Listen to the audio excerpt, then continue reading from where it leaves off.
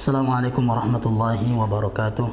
Alhamdulillah rabbil alamin, wassalatu wassalamu ala rasulillah wa ala alihi wa ashabihi wa man tabi'ahum bi ihsanin ila yaumiddin, amma ba'du.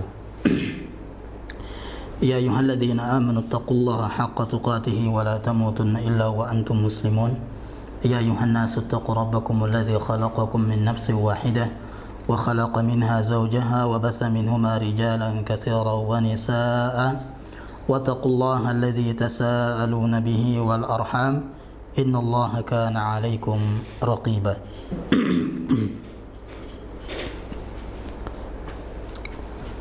يا أيها الذين آمنوا اتقوا الله وقولوا قولا سديدا يصلح لكم أعمالكم ويغفر لكم ذنوبكم ومن يطع الله ورسوله فقد فاز فوزا عظيما. أما بعد فإن أحسن الكلام كلام الله وخير الهدى هدى محمد صلى الله عليه وسلم وشر الأمور محدثاتها فإن كل محدثة بدعة. Para muslim dan muslimah rahmati Allah tabaraka wa taala, pada pertemuan yang kedua dari pembahasan penjelasan tentang hadis-hadis Arba'in An-Nawawiyah, sekarang kita akan masuk hadis yang kedua. Hadis yang kedua yaitu hadis yang diriwayatkan oleh sahabat yang sama dengan hadis yang pertama, yaitu Umar bin Khattab radhiyallahu taala anhu. Qala, dia berkata, bainama nahnu julusun 'inda Rasulillah sallallahu alaihi wasallam zata yaumin. Ketika kami bersama Rasulullah sallallahu alaihi wasallam, ketika para sahabat duduk bersama Rasulullah sallallahu alaihi wasallam di suatu hari, tiba-tiba tala'a alaina rajulun shadidu bayadis thiyabi. Tiba-tiba tampaklah seorang laki-laki yang memakai pakaian yang sangat putih, shadidu sawadis sya'ri, yang rambutnya sangat hitam, la yura alaihi atharus safar, tidak tampak padanya bekas-bekas perjalanan jauh.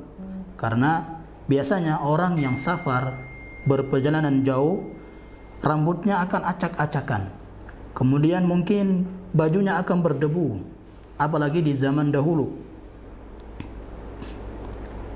yang cuacanya sangat panas dan kemudian di padang pasir. Namun laki-laki ini memakai pakaian yang sangat bersih, kemudian kepalanya atau rambut kepalanya sangat-sangat hitam rapi, la yura alaihi atharus safar, tidak ada tampak sedikit pun bekas-bekas perjalanan jauh. Wala ya'rifuhu minna ahadun hatta jalasa ila Nabi sallallahu alaihi wasallam. Salah seorang di antara kami pun tidak ada yang mengetahui siapa laki-laki ini. Hatta jalasa ila Nabi sallallahu alaihi wasallam, sampai dia pun duduk di dekat Nabi sallallahu alaihi wasallam, dan duduknya sangat dekat. Fa asnada rukbatayhi ila rukbatayhi, dia menempelkan lututnya dengan lutut Nabi sallallahu alaihi wasallam. Wa wada'a kaffayhi ala fakhidayhi, dia menaruh kaffayhi, telapak tangannya di atas paha laki-laki tersebut. Dan hadis ini menjelaskan kepada kita bahwasanya inilah di antara adab yang diajarkan oleh Jibril di sini. Laki-laki di sini Jibril, nanti akan disebutkan oleh Jibril alaihissalam adab bagaimana duduk di majelis ilmu agama, yaitu dengan pakaian yang rapi, kemudian dengan badan yang wangi, kemudian rambut yang rapi, tidak acak-acakan, ya, seperti tidak terurus, kemudian juga duduk yang tenang. Itulah di antara adab yang bisa kita ambil di sini tentang bagaimana cara duduk dalam majelis ilmu agama. Karena bil adabi tahsulul ilma, anda atau tafhamul ilma, dengan adablah kita akan bisa difahamkan oleh Allah Subhanahu wa taala ilmu yang sedang kita pelajari. Wa qala, kemudian dia berkata, laki-laki ini berkata, yaitu Jibril alaihi salam. Jadi para malaikat itu bisa berubah menjadi seorang manusia dengan izin Allah Subhanahu wa ta'ala. Dan ini yang sering dilakukan oleh Jibril ketika ingin menyampaikan wahyu kepada Rasulullah sallallahu alaihi wasallam. Wa qala, kemudian dia berkata, ya Muhammad, wahai Muhammad, ya Muhammad, wahai Muhammad. Jadi di sini jika dalam hadis itu biasanya ketika seorang bertanya kemudian langsung menyebut nama Nabi sallallahu alaihi wasallam, ya Muhammad, itu biasanya dari orang-orang jauh, yaitu Arab Badui, karena mereka memiliki sifat keras, ya, memiliki sifat keras sehingga dia langsung sebut nama, ya Muhammad. Biasanya kalau para sahabat enggak pernah demikian. Para sahabat itu ya Rasulullah, ya Nabi Allah, tidak sebut nama, ya. Akhbirni 'anil Islam, beritahukanlah kepada saya apa itu Islam. Apa itu Islam? Faqala Rasulullah sallallahu alaihi wasallam, al-Islamu an tashhada an la ilaha illallah wa anna Muhammadan Rasulullah. Islam itu adalah engkau bersaksi bahwasanya tidak ada sembahan yang berhak diibadahi kecuali Allah, wa anna Muhammadar Rasulullah, dan Muhammad itu adalah utusan Allah.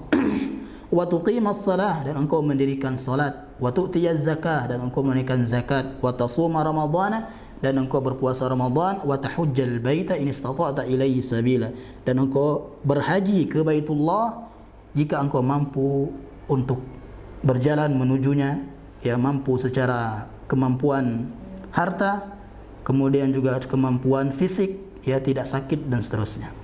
Nah, di sini Jibril alaihissalam mengajarkan kepada para sahabat dan kita semua apa itu Islam, apa itu Islam.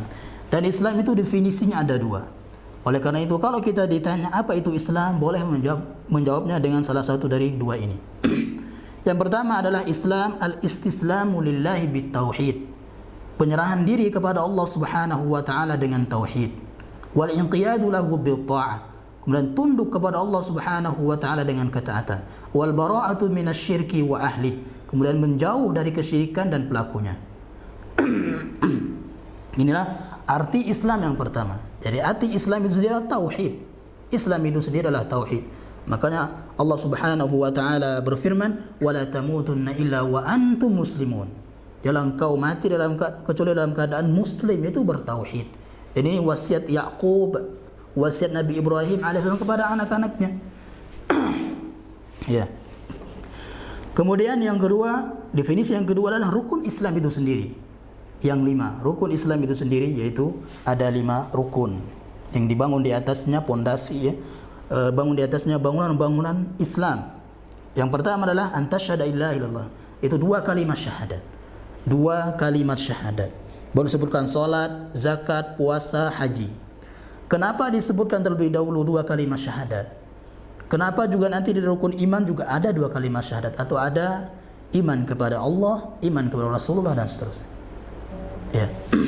Nah, di sini disebutkan terlebih dahulu tauhid, ya, la ilaha illallah Muhammad Rasulullah, mentauhidkan Allah Subhanahu wa taala, kemudian mentauhidkan dalam ittiba kita, ya, mengesahkan ittiba kita, yaitu kepada Rasulullah sallallahu alaihi wasallam dalam ibadah. Kenapa disebutkan di sini terlebih dahulu tauhid? Karena kalau seorang benar-benar sudah mewujudkan 2 kalimat syahadat ini, bukan hanya ucapan saja, akan tapi amalan dan keyakinan, maka tentu dia akan mudah melakukan salat, dia akan mudah melakukan zakat, puasa, dan haji. Dan orang-orang yang bermalas-malasan salat, zakat, puasa, haji, kalau dia mampu, tapi dia bermalas-malasan, maka tentu dia belum, kurang dalam mewujudkan 2 kalimat syahadat dalam rukun Islam ini. Ya. Kemudian di sini di antara faedahnya, kalau kita bahas semua tentu akan panjang lebar, membahas satu persatu rukun Islam. Ya. Itu Rasulullah sallallahu alaihi wasallam menjelaskan kepada kita, wa tuqimas shalah. Kenapa di sini Rasulullah sallallahu alaihi wasallam menjawab tuqimas shalah, mendirikan salat? Kenapa tidak langsung mengatakan salat saja? Ya, karena yang dimaksud dengan iqamatus shalah, sebagaimana yang dikatakan oleh Syekh Fauzan hafizahullah taala, seseorang dikatakan mendirikan salat pertama jika dia melakukannya di waktunya. Jika melakukan salat itu di waktunya, maka dia telah dikatakan mendirikan salat. Yang kedua adalah jika salat itu dilakukan dengan contoh sebagaimana contoh yang diajarkan oleh Nabi SAW. Salat sesuai dengan contoh Nabi SAW. Ini yang kedua. Kalau seorang itu salat namun tidak sesuai dengan contoh yang diajarkan Nabi SAW, maka dia belum dikatakan mendirikan salat, tapi hanya dikatakan salat saja. Kemudian yang ketiga adalah untuk laki-laki, dia melakukannya dengan berjamaah. Seseorang yang melakukan salat dengan berjamaah, maka dia dikatakan telah mendirikan salat. Seseorang yang tidak berjamaah salatnya untuk laki-laki, maka dia belum dikatakan mendirikan salat, tapi dikatakan hanya telah mengerjakan salat. Karena iqamah dengan mengerjakan itu lebih tinggi dari, ya, iqamah lebih tinggi, ya, mendirikan itu lebih tinggi daripada mengerjakan, kata mengerjakan salat. Kemudian laki-laki ini berkata, sadaqta, engkau benar. Sadaqta, engkau benar. Fa'ajibna lahu yas'aluhu wa yusaddiqu. Kami pun terheran-heran, kata para sahabat. Yas'aluhu, dia yang bertanya, wa yusaddiqu, dia pula yang membenarkannya. Dan ini juga di antara faedahnya adalah bolehnya kita bertanya sesuatu yang sudah kita ketahui jawabannya dengan niat agar orang lain tahu hal tersebut, agar orang lain dapat faedah tersebut. Bukan hanya kita saja yang mendapatkannya. Tapi kalau kita ingin bertanya padahal jawabannya sudah kita ketahui, boleh. Tapi dengan niat tadi, dengan niat, ya, agar orang lain mengetahui juga ilmu tersebut. Seperti Jibril alaihissalam, dia tahu tapi dia bertanya untuk mengajarkan kepada para sahabat. Kemudian qala, Jibril alaihissalam berkata, fa akhbirni 'anil iman. Beritahukanlah kami apa itu iman. Apa itu iman? Qala an tu'mina billah. Iman itu adalah an tu'mina billah, kau beriman kepada Allah, wa malaikatihi, beriman kepada para malaikatnya, wa kutubihi, beriman kepada kitab-kitabnya, wa rusulihi, beriman kepada rasul-rasulnya, wal yaumil akhir, beriman kepada hari akhir, wa tu'mina bil qadri khairihi wa syarri, beriman kepada qadar, ya, takdir yang baik maupun yang buruk. Nah, di sini disebutkan iman. Jibril alaihissalam mengajarkan kepada kita apa itu iman. Iman juga punya definisi dua. Yang pertama adalah al-imanu adalah khamsununat, yaitu kalimat yang 5 kalimat yang diakhiri dengan nun. 5 kalimat yang diakhiri dengan nun. Apa itu? Yang pertama, qaulun bil lisani, dengan nun, qaulun bil lisani, perkataan dengan lisan. Apa yang kita ucapkan dengan lisan? Syahadatu an la ilaha illallah wa anna Muhammadur Rasulullah. 2 kalimat syahadat. Qaulun bil lisani, ya, perkataan dengan lisan. Yang kedua adalah i'tiqadun bil jinani. I'tiqadun bil jinani, dengan nun, diakhiri dengan nun. Ya, meyakini dengan hati. Apa yang kita harus yakini? 2 kalimat syahadat yang harus kita yakini, itulah iman. Kemudian wa amalun bil arkani, wa amalun bil arkani, mengamalkan dengan anggota badan. Ya, ini kalimat yang ketiga diakhiri dengan nun. Kemudian yang keempat, tazidu bi ta'atir rahmani, tazidu bi ta'atir rahmani. Iman itu bisa bertambah dengan ketaatan kepada Ar-Rahman, Zat yang Maha Pengasih, Zat yang Maha Penyayang. Yang kelima, kalimat yang kelima di akhir nun adalah wa tanqusu bi ma'siyatir rahmani, atau wa tanqusu bi ta'ati syaitani. Berkurang, iman kita akan berkurang dengan taat kepada syaitan, dengan bermaksiat kepada Ar-Rahman, yaitu Allah Subhanahu wa ta'ala. Dan semua penyimpangan-penyimpangan yang ada, semua kelompok-kelompok yang tersesat dari ajaran Islam, dari manhaj yang benar, metode yang benar yang diajarkan Nabi SAW dan para sahabatnya, itu asalnya adalah kesalahpahaman mereka dalam mendefinisikan iman ini. Seperti misalnya orang-orang Murji'ah, orang-orang Jahmiyah, orang-orang Mu'tazilah, orang-orang Asy'ariyah, mereka ya asal dari kesalahan-kesalahan mereka dalam pemikiran mereka, akidah mereka adalah kesalahpahaman dalam mendefinisikan iman. Oleh karena itu Imam Bukhari rahimahullah dia mengatakan, tidaklah aku mengambil hadis dari seorang ulama kecuali ulama tersebut telah mendefinisikan iman sesuai dengan definisi Ahlussunnah wal Jamaah. Ya, ini lihat Imam Bukhari rahimahullah, ya, tidaklah dia mengambil hadis dari seorang ulama kecuali ulama itu dia berkeyakinan bahwasanya iman itu tadi khamsun nunat tadi. Definisi yang telah didefinisikan oleh para ulama Ahlussunnah wal Jamaah. Imam Bukhari mengajarkan kepada kita untuk tidak bermudah-mudah dalam mencari ilmu agama. Ya, dalam mencari ilmu agama. Lihat Imam Bukhari rahimahullah. Kemudian definisi yang kedua adalah ini, rukun iman yang 6 ini. Rukun iman yang 6 ini. Kemudian laqala, laki-laki tersebut berkata, yaitu Jibril alaihissalam, sadaqata, engkau benar. Membenarkan lagi, ya. Dia bertanya, dia pula yang membenarkan. Qala fa akhbirni 'anil ihsan. Fa akhbirni 'anil ihsan. Sebelum kita bahas ihsan, kita sedikit bahas perkataan para ulama tentang Islam dan iman. Tentang Islam dan iman.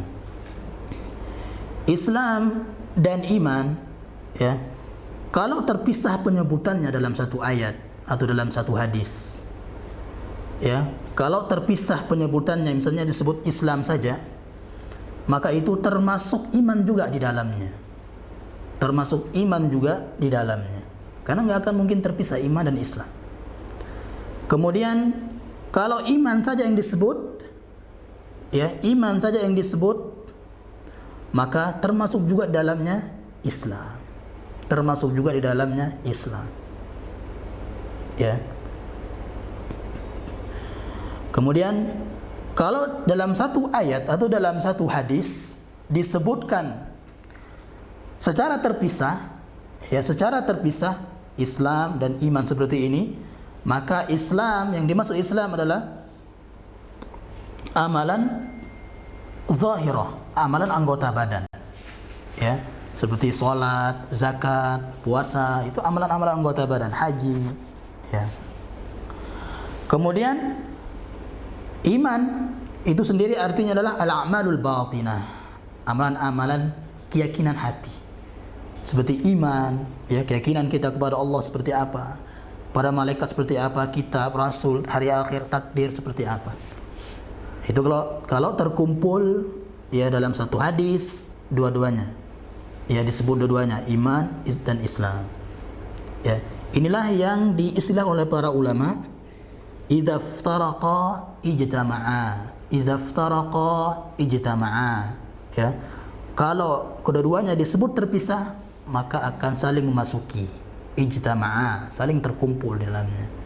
Wa idza jatama'a iftaraqa, dan kalau disebutkan dalam terkumpul dalam satu ayat atau dalam satu hadis, maka iftaraqa, maknanya terpisah.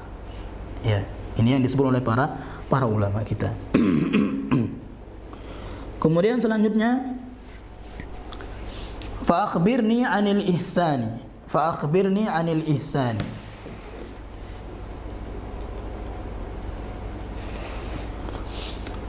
Kabarkan kepada saya apa itu ihsan. Apa itu ihsan?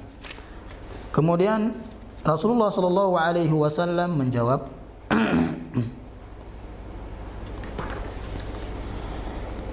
an ta'budallaha ka'annaka tarahu. Engkau beribadah kepada Allah seolah-olah kau melihatnya. Ini ihsan. Fa illam takun tarahu fa innahu yaraka. Kalau engkau tidak mampu melihatnya, maka yakinlah bahwasanya engkau sedang dilihat. Bahwasanya engkau sedang dilihat oleh Allah Subhanahu wa taala. Dan derajat ihsan ini paling tinggi. Ya, derajat ihsan ini paling tinggi. Kemudian yang kedua adalah iman, yang ketiga adalah Islam. Ya. Orang yang punya sifat ihsan pasti dia beriman dan Islam. Orang yang punya sifat orang yang beriman itu belum tentu muhsin, belum tentu sampai derajat ihsan, tapi dia pasti Islam. Ya. Orang yang Islam belum tentu beriman. Ya, belum tentu beriman, apalagi ihsan. Tapi dia punya aslul iman. Aslul iman di sini maksudnya dia memiliki iman 2 kalimat syahadat. Dia telah mengucapkan 2 kalimat syahadat, salat seperti salat yang walaupun salatnya seperti salatnya orang awam misalnya, tapi dia punya aslul iman, ya 2 kalimat syahadat. Ya. Dan orang-orang yang punya aslul iman inilah yang akan dikeluarkan oleh Allah Subhanahu wa taala kelak dari api neraka. Ya. Para muslim dan muslimin mati Allah Subhanahu wa taala.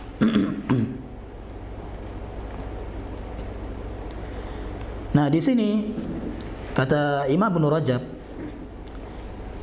yushiru ila anna al-'abda ya'budu Allah ala hadhihi sifah.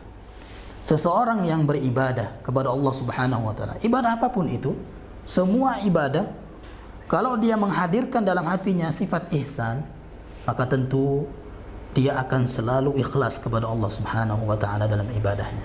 Dalam salatnya misalnya, seseorang yang menghadirkan hatinya, saya solat ini sedang dilihat oleh Allah Subhanahu wa taala, maka tentu dia tidak akan berfikir ke yang lainnya dalam solatnya.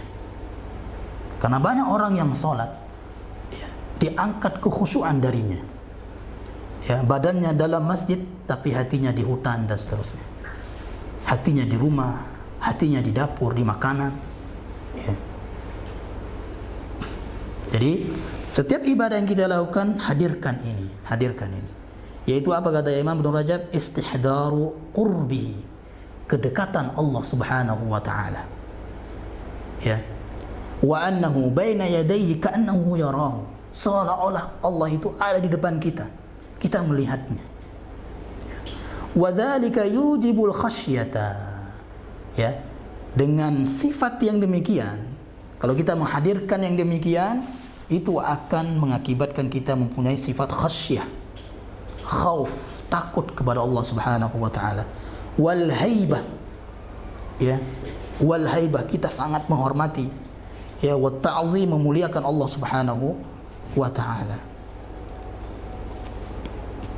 Jadi sekali lagi, orang yang beribadah dengan menghadirkan niat seperti ini, menghadirkan dalam hatinya ketika dia beribadah, dia sedang dilihat oleh Allah Subhanahu wa taala, merasakan kedekatan Allah Subhanahu wa taala, maka sungguh dia telah ikhlas dalam ibadahnya.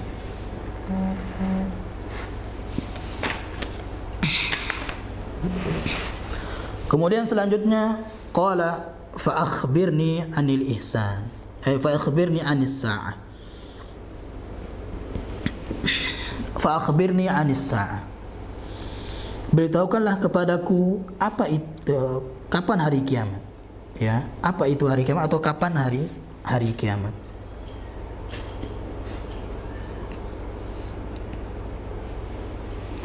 Kemudian Rasulullah sallallahu alaihi wasallam bersabda menjawab, mal mas'ulu anha bi'a'lama biha minas sa'il. Tidaklah yang ditanya atau yang ditanya tidaklah lebih mengetahui daripada yang bertanya. Ya, yang ditanya tidaklah lebih mengetahui daripada yang bertanya. Ya. Nah, di sini menyebutkan bahwasanya Rasulullah sallallahu alaihi wasallam tidak tahu kapan hari kiamat itu. Tidak tahu kapan hari kiamat itu. Yaitu hanya disebutkan nama harinya saja oleh Allah Subhanahu wa taala. Ya, diberitahukan Rasulullah SAW mengatakan bahwasanya hari kiamat itu akan terjadi di hari Jumat. Tapi entah hari Jumat kapan. Dan kita di sini nggak boleh meramal-ramal. Rasulullah sendiri nggak tahu. Ya, apalagi mengatakan tanggal 20, 2020 dan seterusnya. Ya. Jadi itu termasuk, ya, yang Allah Subhanahu wa taala sembunyikan pengetahuannya. Ya, Allah Subhanahu wa taala yang hanya dialah yang mengetahui kapan, Jumat kapan hari kiamat tersebut terjadi. Dan di antara ulama juga ada yang menyebutkan, kalau nggak salah dalam kitab atau syarah kitab Al-Muwatta, ya kitabnya Imam Malik rahimahullah, disebutkan bahwasanya hari kiamat tersebut akan terjadi hari Jumat. Kemudian terjadinya adalah setelah subuh. Setelah subuh. Dan waktunya sangat sebentar. Disebutkan demikian. Ya, setelah subuh. Ya.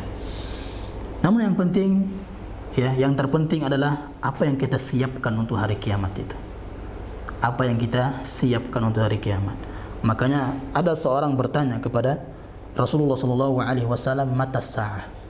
Apa kata Rasulullah sallallahu alaihi wasallam? Ma'adatta laha. Apa yang engkau siapkan untuk bertemu dengan hari kiamat? Apa yang engkau siapkan untuk bertemu dengan hari akhir? Ya. Kemudian dia pun bertanya lagi. Qala fa akhbirni an amaratiha. Fa akhbirni an amaratiha. Kalau begitu, beritahukan saya tanda-tandanya. Ya. Beritahukan kepada saya tanda-tanda hari kiamat. Dan ini sangat banyak sekali tanda-tanda hari kiamat. Makanya para ulama menjelaskan tanda hari kiamat itu ada dua, ada yang kecil, ada yang besar. Dan yang kecil ini hampir semua sudah terjadi. Ya, tinggal menunggu yang besar. Ya. Jadi yang kecil ini hampir-hampir terjadi, ya, dan sudah terjadi. Hari tanda-tanda kiamat kecil. Nah, di sini yang disebutkan di sini adalah tanda hari kiamat kecil. Tanda hari kiamat kecil yang disebutkan oleh Nabi sallallahu alaihi wasallam. Dan ketahuilah ya, bahwasanya Nabi sallallahu alaihi wasallam telah memperingatkan para sahabatnya tentang hari kiamat.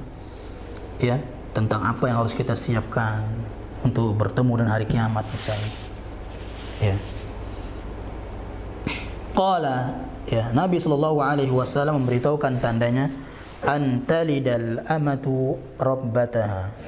Antalidal amatu rabbataha. Jika seorang hamba melahirkan tuannya. Jika seorang hamba melahirkan tuannya. Maksudnya di sini adalah seorang yang ibunya, ya, atau seseorang yang durhaka kepada kedua orang tuanya. Kedurhaka anak-anak kepada kedua orang tua telah merajalela. Dan ini sudah terjadi.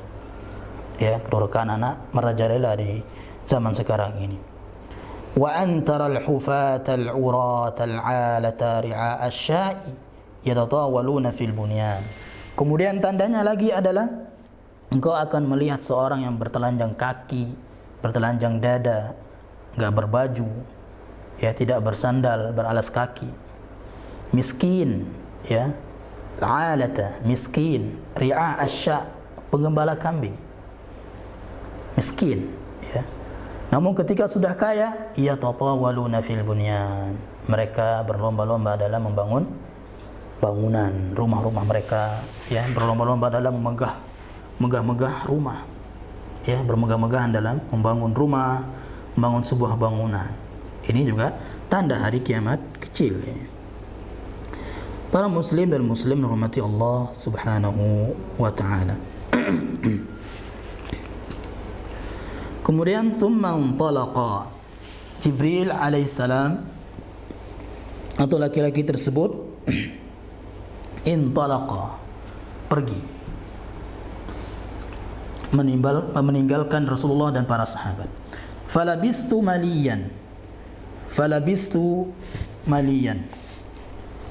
aku berdiam sebentar, ya, itu Umar bin Khattab radhiyallahu taala anhu. Falabistu maliyan, saya berdiam sebentar. Tsumma qala li, dan sebelumnya dalam hadis yang lain, Nabi sallallahu alaihi wasallam ketika Jibril itu telah berlalu, ya, telah keluar atau telah pergi misalnya,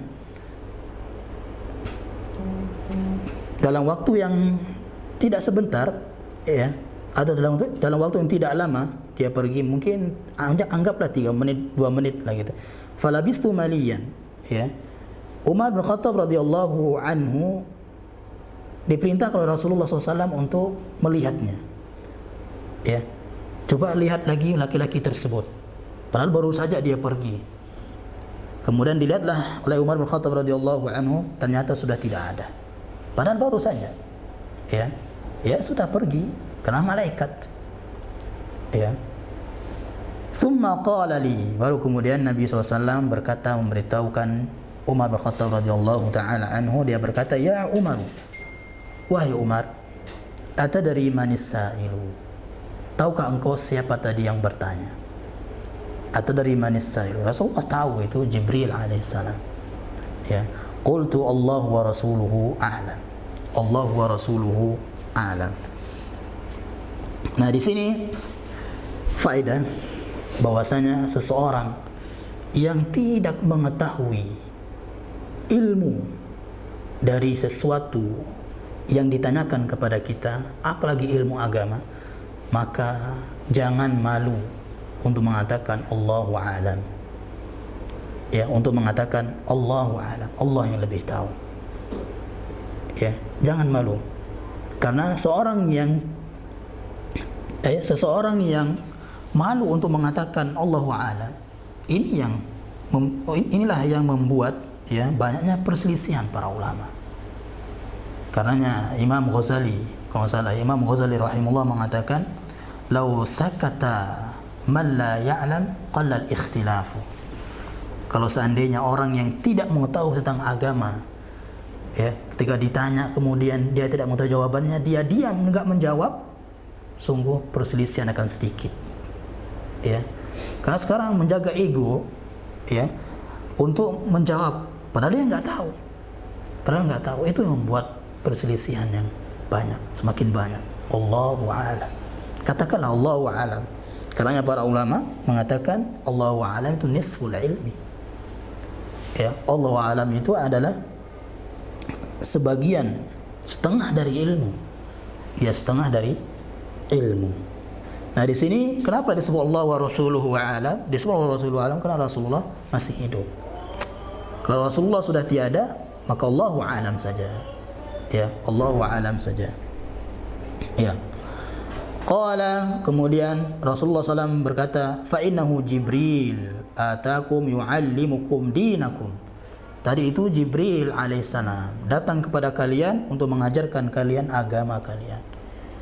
Jadi tingkatan agama itu ada 3. Yang paling tinggi ihsan, kemudian di bawahnya iman dan Islam. Ini tingkatan, ini yang kita pelajari selama ini. Selama ini yang kita pelajari sampai akhir hayat, ini yang kita pelajari.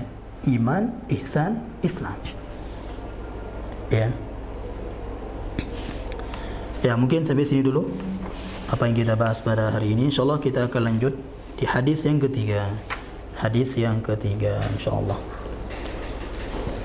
Subhanakallah bihamdika, asyhadu an la ilaha illa anta, astaghfiruka wa atubu ilaik. Assalamualaikum warahmatullahi wabarakatuh.